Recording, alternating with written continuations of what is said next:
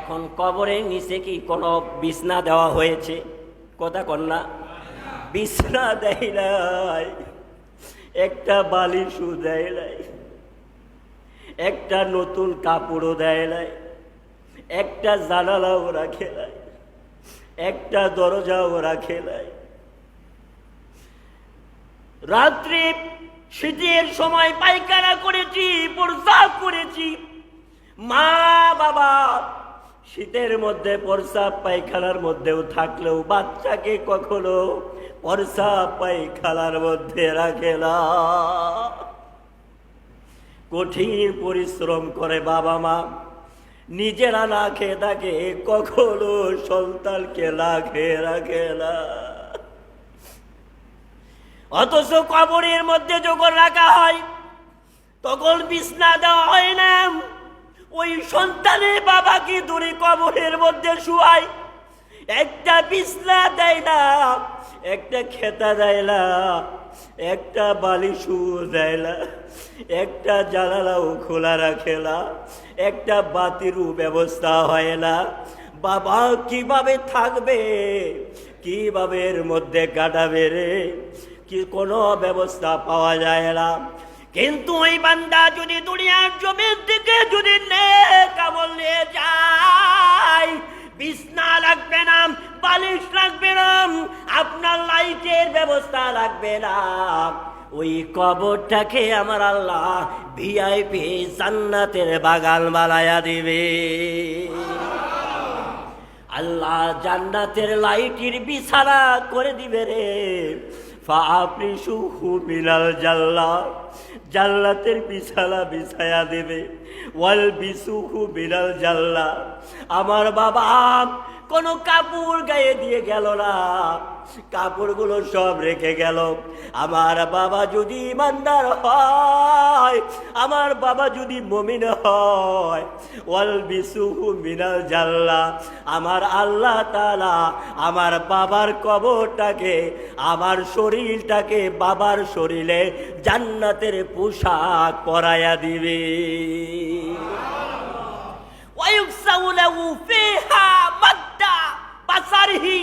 চোখের দৃষ্টি সীমা পর্যন্ত তার কবরটাকে প্রশস্ত করে দেবে। সুবহানাল্লাহ বলেন। এবং জান্নাতের একটা দরজা তার কবরের সাথে লোকেশন করে দেবে, খুলে দিবে। জোরে বলেন সুবহানাল্লাহ। ওই জান্নাতি বান্দা নামাজ পড়ার জন্য পাগল হয়ে যাবে কবরের মধ্যে। হাইরে বদনা কোথায়, বদনা কোথায়, আমি ওযু করব, এমন মুহূর্তটার মধ্যে ওই কবরওয়ালা মাথার কাছে দেখবে একজন যুবক। এবার কবরওয়ালা কয়, আপনি কে? আপনাকে তো চিনলাম না। ওই যুবক জবাব দিয়ে দেবে, দুনিয়ার জমিনে আল্লাহ যে কোরআন দিয়েছিল, ওই কোরআন তুমি পড়তাম, ওই কোরআনকে মুহাব্বত করতাম, ওই কোরআনের আইন মেনে চলতাম। মান জাআলাল কুরআনা আমামাহু ক্বাদাহু ইলাল জান্নাহ। সুবহানাল্লাহ বলেন। আমি সেই কোরআন, আমি আপনাকে এই কোরআন মুহাব্বত করার কারণে, কোরআনের আইন অ্যাকসেপ্ট করার কারণে, কোরআন ভালোবাসার কারণে আমি আপনার পাশে থাকব। আর কিয়ামতের ময়দান পর্যন্ত আমি আপনাকে টেনে টেনে আমার আল্লাহর জান্নাতে পৌঁছায়া দিব। এই বন্ধু, তাহলে আজকের জুমার নামাজ থেকে আমাদের পকেটে করে একটা আমল নিয়ে যেতে হবে। কোরআন পড়তে পারি না, কোরআনকে মহব্বত করব। কোরআন পড়তে জানি না, আমার একটা ছেলে হয়েছে, আমার একটা মেয়ে হয়েছে, আমি কোরআনে হাফেজ বানাবো, কোরআনে হাফেজ বানাবো। চিৎকার দিয়ে বলেন সুবহানাল্লাহ।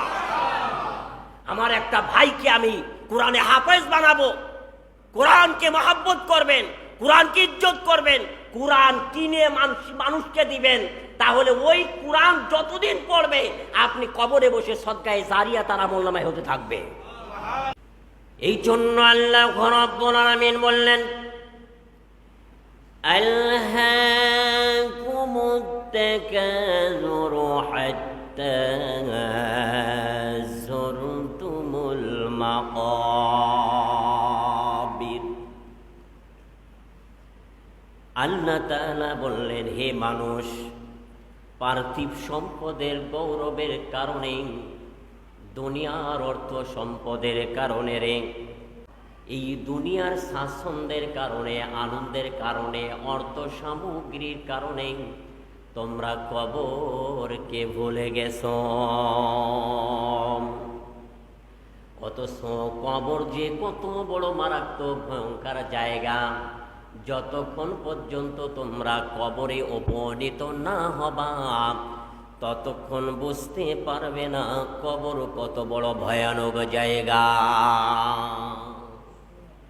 যতক্ষণ পর্যন্ত তোমরা কবরে উপনীত না হবা ততক্ষণ পর্যন্ত তোমরা বুঝতে পারবা না যে কবর কত বড় মারাত্মক জায়গা। অথচ তোমরা সেই কবরটাকে ভুলে গেছো। আরে ভাই, এটা তো আবু দাউদ শরীফের মধ্যে হাদিস কেন আসছে, মেশকাতের মধ্যে আসছে, বাবুল কবর অধ্যায়ের মধ্যে আসছে। উসমান রাদিয়াল্লাহু তাআলা আনহু যখন কবরের সামনে দাঁড়াতেন, অঝরে তার চোখ দিয়ে পানি বের হতো, অঝরে পানি বের হতো। সাহাবায়ে কেরাম বললেন, রে উসমান, হাসরের কথা যখন বলা হয়, কিয়ামতের কথা যখন বলা হয়, জাহান্নামের কথাগুলো যখন আপনার সামনে বলা হয়, আপনার চোখ থেকে এত পরিমাণে পানি বের হতে দেখি নাই। কিন্তু আপনি যখন কবরের সামনে দাঁড়ান তখন আপনার চোখ থেকে এইভাবে অঝরে পানি কেন বের হয়? উসমান রাদিয়াল্লাহু তাআলা আনহু বলেন, সাহাবীরা, আমার নবীজির মুখে শুনেছিলেন কবর হলো এমন একটা মঞ্জিল, কবরে যাওয়ার পরে কবরের শাস্তি থেকে যদি কেউ বেঁচে যায় তাহলে পরবর্তী যত স্টেশনগুলো আছে রে, ওই স্টেশনগুলো, ওই মঞ্জিলগুলা বান্দার জন্য সহজ হয়ে যায়। আর কবর এমন একটা জায়গা, কবরে যদি প্রশ্নের জবাবগুলো যদি দিতে না পারি, যদি ঠিকঠাক না হয়, তাহলে কবরের আযাব যদি সেখান থেকে শুরু হয়ে যায় তাহলে বোঝা সারা রে, কবর থেকেই প্রথম মঞ্জিল যদি ক্ষমা না হয় তাহলে বুঝতে হবে পারিবারিক এরপরে যতগুলো স্টেশন রয়েছে, মঞ্জিল রয়েছে, আর কোনো মঞ্জিল ছাড় হবে না, পার হওয়া যাবে না। ওই স্টেশনগুলো বান্দার জন্য কঠিন হয়ে যাবে। আর একটু জোরে বলেন না সুবহানাল্লাহ। আমরা অজস্র পরিমাণে হাদিস পাই, কবরের সামনে দাঁড়িয়েছেন, কবর জিয়ারত করেছেন। প্রত্যেকটা আলোচনার ক্ষেত্রে রাগান্বিত এই কারণেই হয়, কোরআনে পাই, হাদিসের মধ্যে পাই, কবর জিয়ারত পাই। কবরের সামনে সাহাবায়ে কেরামকে কন্দন করেছেন, মাশায়েখ কেরাম যেইভাবে বলতে থাকে কবর জিয়ারত নাই, দোয়া নাই, ওই সমস্ত সাহেব মানতে আমরা রাজি নয়। ঠিক কিনা বলেন? আমরা কোন সাহিত্য চিনি না, আমরা কোরআন চিনি, আমরা হাদিস চিনি, আমরা ফিকহ চিনি, আমরা মাযহাব চিনি। ঠিক কিনা বলেন? আমি জান্নাতে যাওয়ার তো বেশ কায়দা, বেশ কায়দা। আগের ওলিয়া উলিয়া যারা ছিল, খাস আউলিয়া, তারা বেশি বেশি বলতো ফরজ ইবাদত করো, নফল পড়ো, দান সদকা করো, যত পারো জিকির ফিকির করো, যত পারো মুরাকাবা মুশাহাদা করো। আর বর্তমানে শায়েখ যারা আছে, যত শর্টকাট পারা যায়, নামাজ খালি ফরজ পড়ো, সমস্যা নেই, কোরআন তেলাওয়াত বেশি করার দরকার নেই, করলে এটা বেদাত, কবর জিয়ারত করলে এটা বেদাত, জিকির আজকার বেশি করা যাবে না, নামাজের পরে, ফরজ নামাজের পরে দোয়া করা যাবে না। বর্তমান যুবকরাও চাই যত শর্টকাট পারা যায় তত আমল করব। শায়েকরাও চাই শর্টকাট করো, বর্তমানে যুবকরাও চাই আমরাও শর্টকাট চাই। এই জন্য শায়েকদের প্রতি পাগল। কথা বুঝতে পারছেন? এই শায়েকরা কয়দিন পরে বলবে জহরে আসরের নামাজ আর ফজরের নামাজ ছাড়া নাই, 3 ওয়াক্ত নেই, 2 ওয়াক্ত আছে। এ বলল বলে প্রায় কাছাই গেছে, প্রায় কাছাই গেছে। ভাই, এতটুকু মনে রাখবেন, এই বাংলাদেশের জমিন, এই যে আমরা নামাজ পড়বো, আল্লাহর কাছে দোয়া করব না? কথা কন না কেন? এখন আল্লাহর কাছে না চাইলে কি আল্লাহ দেবে? দেবে নাকি? কোন কোন সময় বেশি দোয়া কবুল হয়? আপনি নামাজটা পড়ছেন, আচ্ছা নামাজের পরে সালাম ফিরায়া ভাই একটু আস্তাগফিরুল্লাহ বলেন বা আয়াতুল কুরসি তেলাওয়াত করেন, কয়েকবার দুরূদ শরীফ পড়েন, যে কোনো একটা পড়ে এবার আল্লাহকে যদি বলেন আল্লাহ নামাজ পড়েছি, আমার নামাজটা কবুল করে নাও, আল্লাহ আমাদের আব্বা আম্মার জীবনের গুনাহগুলো মাফ করে দাও, সঠিক পথে চলার তৌফিক এনায়েত করে দাও। ইমাম সাহেব বলল, আপনারা বললেন ইমাম সাহেবের সাথে আমিন আমিন বলতেছেন, এখন কি আপনারা ইমাম সাহেবরে পূজা করতেছেন নাকি আল্লাহর কাছে চাচ্ছেন? সহজ একটা কথা, দুইটা হাত তুলে আল্লাহর কাছে চাইলে সমস্যাটা কি? এবার যদি বলো যে দলিল নাই, দলিল আছে। তিরমিজি শরীফের মধ্যে দ্বিতীয় খণ্ড 187 পৃষ্ঠার মধ্যে আসছে, আন আবি উমামা রাদিয়াল্লাহু তাআলা আনহু আন্না রাসূলুল্লাহ সাল্লাল্লাহু আলাইহি ওয়াসাল্লাম আইয়ু দুআই আসমাউ ওয়ালা যাওফুল লাইলিল আখির দুবুরুস সালাওয়াতিল মাকতুবা। স্পষ্ট হাদিসের মধ্যে আসছে, উমামা রাদিয়াল্লাহু তাআলা আনহু প্রশ্ন করলেন, ইয়া রাসূলুল্লাহ কোন দোয়া আল্লাহর দরবারে বেশি কবুল হয়? আমার নবীজি বলল, উমামারে শেষ রাত্রে দোয়া, তাহাজ্জুদের নামাজ পড়ে যে দোয়া করা হয় এবং 5 ওয়াক্ত ফরজ নামাজ পড়ে যে দোয়া আল্লাহর কাছে করা হয়, ওই দোয়া তাড়াতাড়ি আল্লাহ শোনেন এবং কবুল করেন। তাহলে আমরা মিস করব কেন? এখন আপনারা দাবি করেন আমি ইমাম তিরমিজির চাইতে বড় আলেম হয়ে গেছি, দাবি করো। আমি উমামার চাইতে বড় আলেম হয়ে গেছি, দাবি করো। তুমি যত বড় শায়েখ হও, দাবি করো। এখন এই দুয়ার ব্যাপারে আমি গুনাহগার, বুখারী এবং মুসলিম শরীফের মধ্যে 48টা হাদিস পাইছি। কয়টা? 48টা হাদিস পাইছি দুয়ার ব্যাপারে, আরো বহু আছে। এখন আপনারা বলবেন হুজুর ফরজ নামাজের পরে তো ভালো কথা দোয়া আছে, হাত তুলে দোয়া আছে, কোথায় আছে? আবু দাউদ শরীফের প্রথম খণ্ডে আপনি বলেন, মালিক ইবনে ইয়াসির রাদিয়াল্লাহু তাআলা আনহু আন্না রাসূলুল্লাহ সাল্লাল্লাহু আলাইহি ওয়াসাল্লাম ক্বালা ওয়া ইযা সাআলতুমুল্লাহু ফাসআলুহু বিবুতুনি আকুফিকুম তুসআলুহু বিযুহুরিহা। হযরত মুহাম্মদ সাল্লাল্লাহু আলাইহি ওয়াসাল্লাম বলছেন, তোমরা যখন আল্লাহর কাছে তলব করো, আল্লাহর কাছে চাও, আল্লাহর কাছে দোয়া করো, তখন হাতের তালু দ্বারা চাও, পৃষ্ঠ দিয়ে চাও না। সুবহানাল্লাহ বলেন। এখন আমি আল্লাহুম্মা আনতাস সালাম মিনকাস সালাম পড়ছি, এটা দোয়া। রব্বানা আতিনা ফিদ দুনিয়া হাসানাতাও ওয়া ফিল আখিরাতি হাসানা, এগুলো দোয়া। রাসূলুল্লাহ সাল্লাল্লাহু আলাইহি ওয়াসাল্লাম নামাজের পরে বলেছেন, এগুলো বুখারী মুসলিম শরীফের মধ্যে দোয়া। এখন দোয়াটা করলে, ওই দোয়া চাইলে, তলব করলে হাতের তালু দ্বারা চাইতে হবে, পৃষ্ঠ দিয়ে নয়। এটা আমার রাসূল শিক্ষা দিয়েছেন। সুবহানাল্লাহ বলেন। তাহলে তোমরা তাদের চাইতে বড় আলেম, যাচাই করো। আমি আপনাদেরকে বলি, যেই ব্যক্তি বাড়াবাড়ি করছে, এই ব্যক্তি হলো টোটালি লেখাপড়া করছে শুধু কমি মাদ্রাসায়, অন্য কোনো জায়গায় লেখাপড়া করে নাই। আমার প্রশ্ন, আজকে আপনি দেখেন যে ইসলামী আরবি বিশ্ববিদ্যালয়ের মাননীয় উপাচার্য প্রফেসর ডক্টর মোহাম্মদ আব্দুর রশিদ, তিনি সরসিনা মাদ্রাসার ছাত্র। ঢাকা সরকারি আলিয়া মাদ্রাসার অধ্যক্ষ প্রফেসর মাওলানা আব্দুর রশিদ, সরসিনা মাদ্রাসার ছাত্র। ঝালকাঠি NS কামিল মাদ্রাসার মুফতি মাওলানা শহীদুল ইসলাম সাহেব, তিনি সরসিনা মাদ্রাসার ছাত্র, বিশাল পর্যায়ে রয়েছে। ঢাকা দারুন নাজাত কামিল মাদ্রাসার আপনার অধ্যক্ষ আখম আবু বকর সিদ্দিক, তিনি ঢাকা দারুন নাজাত কামিল মাদ্রাসার একজন প্রফেসর এবং অধ্যক্ষ। এরপরে সরসিনা দারুস সুন্নাহ কামিল মাদ্রাসার অধ্যক্ষ এবং আগে যারা ছিলেন তারা ডক্টর, আমি এই কারণেই বলছি, ডক্টর এনায়েতুল্লাহ আব্বাসী, তারা বাংলাদেশের ভিতরে রেজাল্ট করছেন 3টা 4টা সাবজেক্টের উপরে, সারা বাংলাদেশে বোর্ড স্টান করেছে। সুবহানাল্লাহ বলেন। আপনারা যে 3 ক্লাস নিয়ে খুব লাফাইতেছেন, আমাদের শায়েখ বিরাট বড়, তো আমি যেই সমস্ত শায়েখদের নাম বললাম, এই শায়েখগুলো 4টা সাবজেক্টের উপরে কেউ, 3টা সাবজেক্টের উপরে কেউ সারা বাংলাদেশে বোর্ড স্টান করছে, তারপরে PhD অর্জন করছে। তাদের কথা তোমরা মূলায়ও রাখতেছো না, আর কমি মাদ্রাসাতে 3 ক্লাস পড়ালেখা করে উনি বিশাল শায়েখ হয়ে গেছে, উনার তার বড় আলেম নাই। ডক্টর কাফির উদ্দিন সরকার সালেহী, তিনি তাফসির বিভাগে সারা বাংলাদেশে বোর্ড স্টান করেছে, হাদিস বিভাগে সারা বাংলাদেশে বোর্ড স্টান করেছে, তারপরে ফিকহ বিভাগে সারা বাংলাদেশে বোর্ড স্টান করেছে, এরপর আরবি বিভাগে সারা বাংলাদেশে বোর্ড স্টান করেছে, এরপরে PhD অর্জন করছে। তাদের মতো আলেম নজরে বাঁধে না। তাহলে তারা যদি ফরজ নামাজের পরে মুনাজাত করে যদি বেদাত হয় আর জাহান্নামে যায়, ও ভাই আমরাও চোখ বুঝে জাহান্নামে যাব, কোনো সমস্যা নেই। কথাগুলো বললে কারো খারাপ লাগতে পারে, বলতে এই কারণেই বাধ্য, কারণ এটা মারাত্মক একটা পর্যায়ে চলে যাচ্ছে, মারাত্মক একটা পর্যায়ে চলে যাচ্ছে শাইখ পূজারের দিকে, এবং তর্ক বিতর্ক। এই জন্য তাদের থেকে সাবধান থাকার জন্য কথাগুলো বলতে বাধ্য হচ্ছি। একটু চিন্তা করে দেখেন, আমি অনুভূতির জন্য বলি, বাড়িতে একটা বিল্ডিং করেছেন রে বাবা, ওই বিল্ডিং এর মধ্যে কারেন্ট আছে, আবার যদি টাকা বেশি হয় আইপিএস এর ব্যবস্থা আছে, আবার যদি টাকা আরো বেশি হয় তাহলে এসির ব্যবস্থা আছে। কিন্তু যাই থাকুক না কেন, এরপরে জানালা আছে, দরজা আছে, সুন্দর ব্যবস্থাগুলো রয়েছে।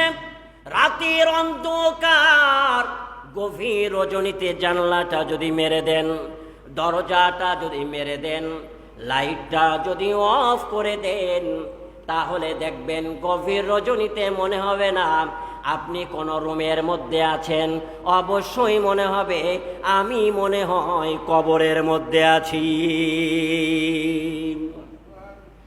ওই সময় যদি কোনো বান্দা, ওই সময় যদি কোনো বান্দি ওই ঘর অন্ধকারের মধ্যে যদি সে চিন্তা করে, ভাবনা করে, জল্পনা করে, কল্পনা করে, হায় রে আমি তো এখন রুমের মধ্যে নয়, আমি এখন কবরে, আমাকে এখন প্রশ্ন করে, এখন আমার আযাবগুলো শুরু হয়ে গেছে। এই রকম কোন বান্দা বান্দি যদি চিন্তা করে, ভাবনা করে, আল্লাহর কসম দিয়ে বলতে পারে, ওই কবরের চিন্তা যদি তার অন্তরে এসে যায়, কোনোদিন ওই বান্দা নামাজ ছেড়ে দিতে পারে না। ওই সময় যদি কবরের আযাবের কথা চিন্তা যদি তার অন্তরে এসে যায়, কোনোদিন ওই বান্দা সুদ খেতে পারে না, ওই বান্দা কোনোদিনও ঘুষ খেতে পারে না, ওই বান্দা কোনোদিনও মানুষ ঠকাতে পারে না, ওই বান্দা কোনোদিনও আজানের সময় দোকানে, মাঠ ঘাটে, রাস্তায় কোনোদিন বান্দা থাকতে পারে না। ও আমার ভাইরাম, আজানের সময় যেই বন্ধুকে তুমি সময় দিয়েছিলাম, তুমি যেই বাবাকে সময় দিয়েছিলাম, যেই ব্যক্তিকে তুমি সময় দিয়েছিলাম, দোকানের শাটার খুলে তুমি বসেছিলাম, কাস্টমার গুলাকে নিয়ে কবরের মধ্যে পাওয়া যাবে না। তুমি যদি আল্লাহর হুকুম আহকাম গুলো, যদি আল্লাহর ওই কোরআনটাকে যদি তুমি অ্যাকসেপ্ট করে নিতে পারো, আমার রাসূল বলেছেন, আল্লাহর কসম দিয়ে বলি, ওই কোরআন তোমার মাথার কাছে দাঁড়িয়ে যাবে। চিন্তা করেছেন? কোন বন্ধু পাওয়া গেল না, ভাই নয়, কোন বন্ধু নয়, মা নয়, বাবা নয়, কোন মাস্টার নয়, কোন নেতা নয়, মাথার কাছে দাঁড়িয়ে যাবে 30 পারা কুরআন। বলেন সুবহানাল্লাহ। ইসলাম একজন ভাই আরেকজন ভাইয়ের সাথে যতটুকু সম্পর্ক করার কথা বলা হয়েছে আপনি ততটুকু করেন, এর বেশি দরকার নয়। নামাজের সময় বন্ধু নয়, নামাজের সময় মসজিদে, ঠিক কিনা বলেন? তাহলে কোরআনকে বন্ধু বানালে ওই কোরআন আমার সাথে কবরে থাকবে। বান্দা ডানির পাশে তাকায় দেখবে আর একজন যুবক দাঁড়ায় আছে, সুবহানাল্লাহ বলবেন না? বলে তুমি কে? তোমাকে তো চিনলাম না। বলল আমি হলাম সেই দুনিয়ার জমিনে মসজিদে আজান হতো আল্লাহু আকবার, আল্লাহু আকবার, কিন্তু যখনই আজান হতো তুমি আর দোকানে থাকতা না, তুমি আর রাস্তায় থাকতা না, তুমি আর ঘুমিয়ে থাকতা না, তুমি মসজিদে গিয়ে নামাজ আদায় করতা। ওই নামাজকে ভালোবাসার কারণে, আল্লাহর হুকুম মানার কারণে, হাত্তা ইয়াদখুলাল জান্নাতা, ততক্ষণ পর্যন্ত আমি তোমাকে জান্নাতে না নেব, ততক্ষণ পর্যন্ত তোমার কবরের পাশে আমি দাঁড়িয়ে থাকবো। আল্লাহু আকবার বলেন। তাহলে 2 নাম্বার আমল আজকে পকেটে করে নিয়ে যেতে হবে। এই জামার পকেট না, এই জামা খুললে পারাবার তো ওটা তো আলাদা, ভিন্ন হয়ে গেল, আর মনে থাকবে না, জামা ধুইলেই শেষ। এইটা নিতে হবে ও অন্তরের, এই কলবে। কোথায় নিতে হবে? এই কলবের মধ্যে নিতে হবে। 3 নাম্বার, বাম সাইডে দাঁড়িয়ে দেখবে যে একজন যুবক দাঁড়িয়ে আছে। কবরওয়ালা জিজ্ঞেস করবে তুমি কে? তোমাকে তো চিনলাম না। বলল মাহে রমজানে আল্লাহ যে রোজা ফরজ করেছিল, তুমি আল্লাহর এই হুকুমকে অ্যাকসেপ্ট করেছো। তুমি রোজা যখন তোমার উপরে ফরজ হয়েছে, ফরজ হওয়ার পরে তুমি বিনা কারণে একটা রোজাও ছেড়ে দাও নাই। আমি হলাম সেই মাহে রমজানের সেই যুবক, সেই রোজা। তোমাকে যতক্ষণ পর্যন্ত আমি জান্নাতে না নেব, ততক্ষণ পর্যন্ত আমার রাসূলের হুকুম, আল্লাহর হুকুম, তোমার কবরের পাশে আমি থাকবো। আর একটু জোরে বলেন না সুবহানাল্লাহ। পায়ের কাছে দেখে যে আর একজন দাঁড়িয়ে আছে, বলে তুমি কে? বলে আমি হলাম দুনিয়ার জমিনে তুমি যে দান খয়রাত করেছো ইখলাসের সাথে, দান খয়রাত করেছো ইখলাসের সাথে। লান তানালুল বিররা হাত্তা তুনফিকু মিম্মা তুহিব্বুন, যখন তোমরা আল্লাহর রাস্তায় দান করবা তখন তোমার পছন্দের সুন্দর জিনিসটা দান করে, বলেন সুবহানাল্লাহ। ভালো জিনিসটা দান করতে হবে। আর যারা দেখবেন যে দান করতে চায় না, ঠেলাঠেলি করলো, বুঝবেন যে আল্লাহ তাআলা ওর দানটাকে পছন্দ করে না। ও যে দেয় নাই, না দেওয়ার কারণ হলো আল্লাহর তরফ থেকে নাজিল হয়েছে, কারণ আল্লাহ ওর প্রতি গুসা। ওর জিনিস আল্লাহ মসজিদে লাগাবে, আর কথা কন না জোরে লাগাবে। আজকে সেই কবরকে যদি আমরা ভাবতাম, চিন্তা করতাম, আজকে মরে গেলে কালকে 2 দিন। ভাইরা আমার, বন্ধুরা আমার, কবর বড় মারাত্মক। আমি বোঝানোর জন্য শুধু এতটুকু বলি, আমার নবীজি মুহাম্মদ রাসূলুল্লাহ সাল্লাল্লাহু আলাইহি ওয়াসাল্লাম, তিনি এমন একজন নবী, দ্বীনের কাজ করার জন্য, কালেমার দাওয়াত পৌঁছে দেওয়ার জন্য তিনি গভীর রজনীতে বাড়িতে ফিরে আসেন। আর দরজায় এসে যখন খাদিজাকে ডাক দেয়, মা খাদিজাতুল কুবরা 1 সেকেন্ডের মধ্যে দরজাটা খুলে দেয়। নবীজি আমার বললেন, খাদিজা, গভীর রজনী হয়ে যায় রে খাদিজা। এইভাবে আমার নবীজি আয়েশাকেও জিজ্ঞাসা করতেন, আয়েশা রে, আমি যখনই বাড়িতে এসে তোমাকে ডাক দেই, 1 সেকেন্ডও দেরি হয় না, সাথে সাথে তুমি দরজা খুলে দাও। আর আয়েশা এবং খাদিজা আমার নবীকে জবাব দিতেন, ইয়া রাসূলুল্লাহ, আল্লাহর নবী কালেমার দাওয়াত দিয়ে দ্বীনের জন্য পরিশ্রম করে আমার স্বামী মুহাম্মদুর রাসূলুল্লাহ সাল্লাল্লাহু আলাইহি ওয়াসাল্লাম কখন এসে আমাকে ডাক দেয়, উঠতে যদি বেয়াদবি হয়ে যায়, এই জন্য আমি খাদিজা, আমি আয়েশা রাতভর না ঘুমিয়ে দরজার সাথে হেলান দিয়ে আমি দাঁড়িয়ে থাকি।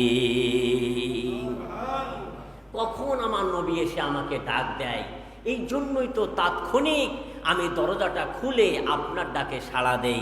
বলেন সুবহানাল্লাহ। চিন্তা করেছেন? নবীজি আমার গভীর রজনীতে আসেন, কিংবা প্রখর রৌদ্রের মধ্যে বাড়িতে ফিরে আসে। খাদিজাতুল কুবরা এইভাবে দরজা খুলে দিতেন, আয়েশা রাদিয়াল্লাহু তাআলা আনহা দরজাটা খুলে দিতেন। একদিন আয়েশা রাদিয়াল্লাহু তাআলা আনহা দরজাটা এভাবে খুলে দিলেন। খুলে দেওয়ার পর খাটের উপরে মা আয়েশা রাদিয়াল্লাহু তাআলা আনহা তার 2টা রান এভাবে বিছায়া দিয়েছেন। আর আমার নবীজি মা আয়েশা রাদিয়াল্লাহু তাআলা আনহার রানের উপরে মাথা দিয়া তিনি ঘুমিয়ে গেছেন। তো আয়েশা রাদিয়াল্লাহু তাআলা আনহার কাছে আমার নবীজি কবরের কিছু দৃষ্টান্ত, কিছু আযাবের কথা তুলে ধরলেন। আর আয়েশা রাদিয়াল্লাহু তাআলা আনহার চোখ থেকে অঝরে পানি পড়তে লাগলো। তো পানিটা কেন পড়লো? নবীজি আমার বললেন, আয়েশা রে, কবরের মধ্যে যখন বান্দা বান্দি গুনাহকে রাখা হয়, আর ওই কবরে আমার আল্লাহ তাআলার হুকুমে যখন সওয়াল জবাবগুলো যখন নেওয়া হয়, ওই সওয়াল জবাবগুলো নেওয়ার পর কবরের ডান দিকের মাটিগুলা এমনভাবে চাপ দেয়, ডান পাশের হাড্ডিগুলা ভেঙ্গে চোরমার হয়ে বাম পাজরের মধ্যে ঢুকে যায়। আবার কবরের মাটিগুলা বাম পাজরের দিকে যখন চাপ দেয়, বাম পাজরের হাড্ডিগুলা ভেঙ্গে চোরমার হয়ে ডান পাজরের হাড্ডির মধ্যে ঢুকে যায়। আর ওই কবরের বান্দা বান্দিগুলা এমন ভাবে চিৎকার করতে থাকে রে, ওই চিৎকারগুলো আসমানের নিচে জমিনের উপরে একমাত্র জিন এবং মানুষ ব্যতীত আমার আল্লাহর সমস্ত সৃষ্টিগুলা শুনতে পায়। এত জোরে চিৎকার করতে থাকে, এই পৃথিবীর শুরু থেকে শেষ প্রাপ্তি লগ্ন পর্যন্ত, দক্ষিণ থেকে পূর্ব পর্যন্ত, পূর্ব থেকে দক্ষিণ পর্যন্ত, আর দক্ষিণ থেকে আপনার উত্তর, উত্তর থেকে দক্ষিণ সীমান্ত পর্যন্ত কবরের ওই ব্যক্তির চিৎকারের আওয়াজ পৌঁছে যায়। আল্লাহু আকবার বলেন। চিন্তা করেন কত বড় মারাত্মক চাপ, তার চিৎকারের আওয়াজ পৃথিবীর এই প্রান্ত থেকে ওই প্রান্তে চলে যায়। নবীজি আমার বলেছেন, ওই চিৎকারের আওয়াজ যদি দুনিয়ার জমিনের কোনো মানুষ শুনতো তাহলে চিরদিনকের জন্য সে বধির হয়ে যেত, কোনোদিন সে কানে শুনতো না, কোনোদিন কানে শুনতো না। এমনকি কোনো কোনো মানুষ জাগায় হার্ট অ্যাটাক করে, স্ট্রোক করে জাগায় সে মারা যেত। সেই কবরের আযাব কত বড় ভয়াবহ, সেই স্টেশনে আমাদের প্রত্যেককে উপস্থিত হতে হবে, প্রত্যেককে আমাদের যাইতে হবে, সেই স্টেশনের আমাদের প্রস্তুতি নিতে হবে। আল্লাহ ভিক্ষা চাই, কবর এমন একটা জায়গা, প্রথম মঞ্জিল, আমাদেরকে আপনি কবরের আযাব থেকে রক্ষা করেন।